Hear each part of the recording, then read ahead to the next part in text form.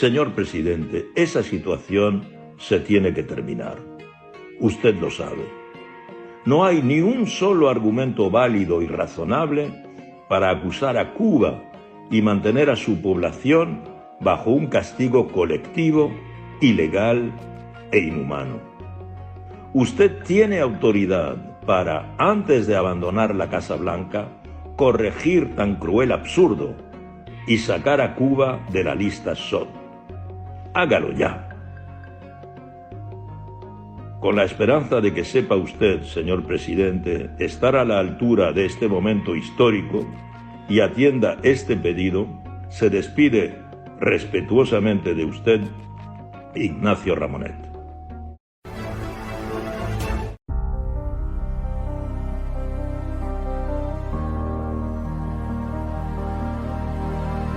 Bienvenidos a Debate Compartido.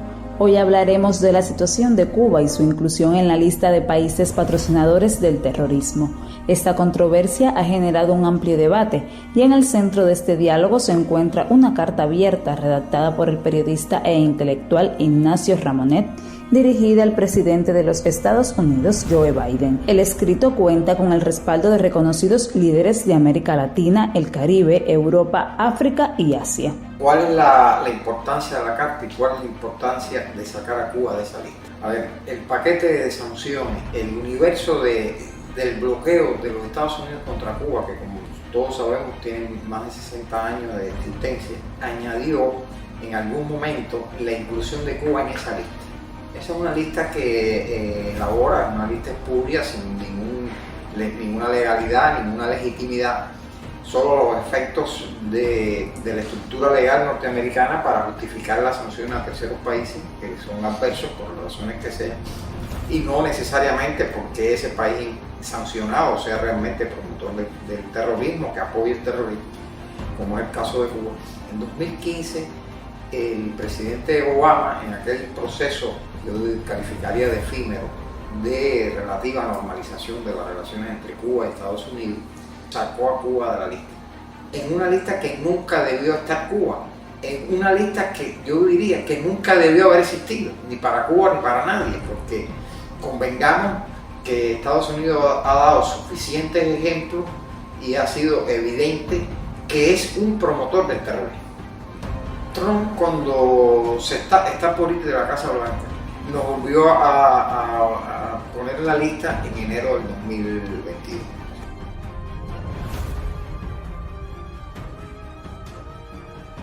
Durante el gobierno de Barack Obama, siendo usted vicepresidente de los Estados Unidos, se pudo en efecto avanzar hacia una normalización de las relaciones diplomáticas entre dos vecinos con sistemas políticos diferentes, pero dispuestos a entenderse en base al respeto mutuo. Señor presidente, usted no desconoce que Cuba siempre ha denunciado y combatido el terrorismo. Jamás lo ha alentado o patrocinado. Nunca lo ha practicado. Desde hace 65 años, a pesar de las tensiones que han podido existir entre Estados Unidos y Cuba, no se puede citar un solo caso de acción violenta ocurrida en territorio estadounidense que haya sido apadrinado directa o indirectamente por La Habana. Ni un solo caso. En cambio, Cuba ha sido uno de los países más atacados por organizaciones terroristas.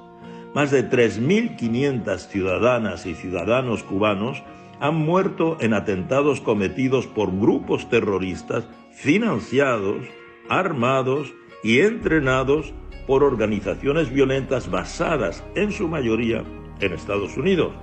O sea que es el mundo al revés y usted lo sabe.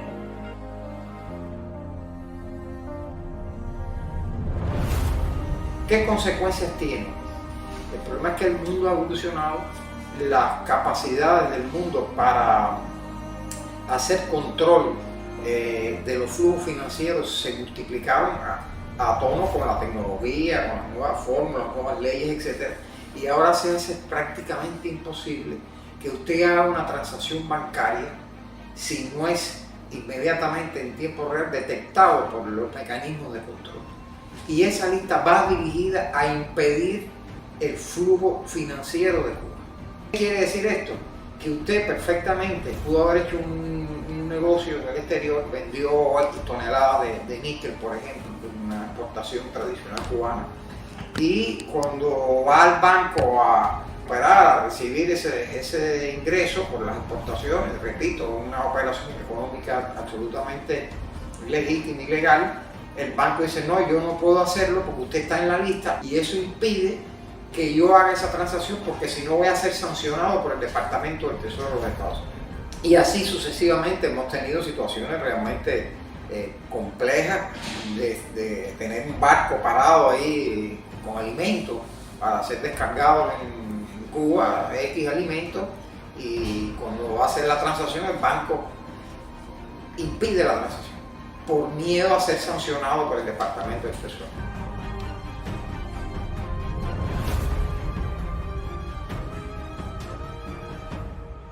Señor presidente, tampoco ignora usted que al haber incluido injustamente a Cuba en esa lista SHOT, se le aplican a este país y a toda su inocente población numerosas y dolorosas medidas coercitivas unilaterales. Las consecuencias más atroces se derivan del riesgo asociado a cualquier tipo de ayuda humanitaria, negocio, inversión y comercio que implique a Cuba y, por extensión, a sus ciudadanos. Por ejemplo, a los cubanos con ciudadanía extranjera que reúnen los requisitos para una exención del sistema electrónico de autorización de viaje, o sea, lo que se llama ESTA, por sus siglas en inglés, para poder viajar a Estados Unidos, se les ha denegado esa exención. A los cubanos residentes en la Unión Europea se les han cerrado cuentas bancarias, ya que, por estar su país en la lista SHOT, ellos se convierten automáticamente en clientes de alto riesgo. A muchos grupos religiosos se les han congelado los fondos y bloqueado los envíos de ayuda humanitaria a la isla.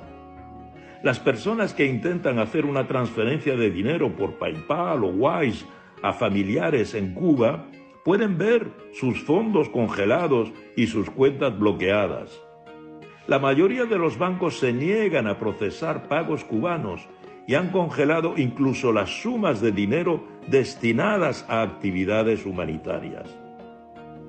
La presencia de Cuba en esa lista SHOT limita para los particulares la apertura de cuentas bancarias en el extranjero, el uso de instrumentos para cobros y pagos internacionales, el acceso a la banca digital, la contratación de servicios y servidores online y 1000 impedimentos más. Señor presidente, la inclusión de Cuba en esa lista SHOT provoca, además, que los viajeros extranjeros de países incluidos en el ESTA que desean visitar Cuba tengan que solicitar una visa especial en el Consulado General de la Embajada de Estados Unidos en su país de origen. Esta política, implementada por su administración, tiene un impacto nefasto en la industria turística de Cuba, un sector de decisiva importancia para la frágil economía de la isla.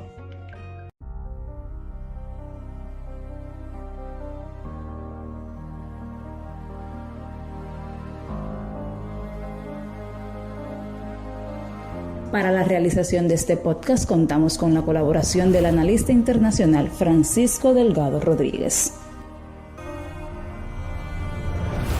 Este episodio de Debate Compartido continuará. Recuerde visitarnos siempre en nuestro sitio web pcc.cu y nuestras redes sociales. Hasta la próxima semana.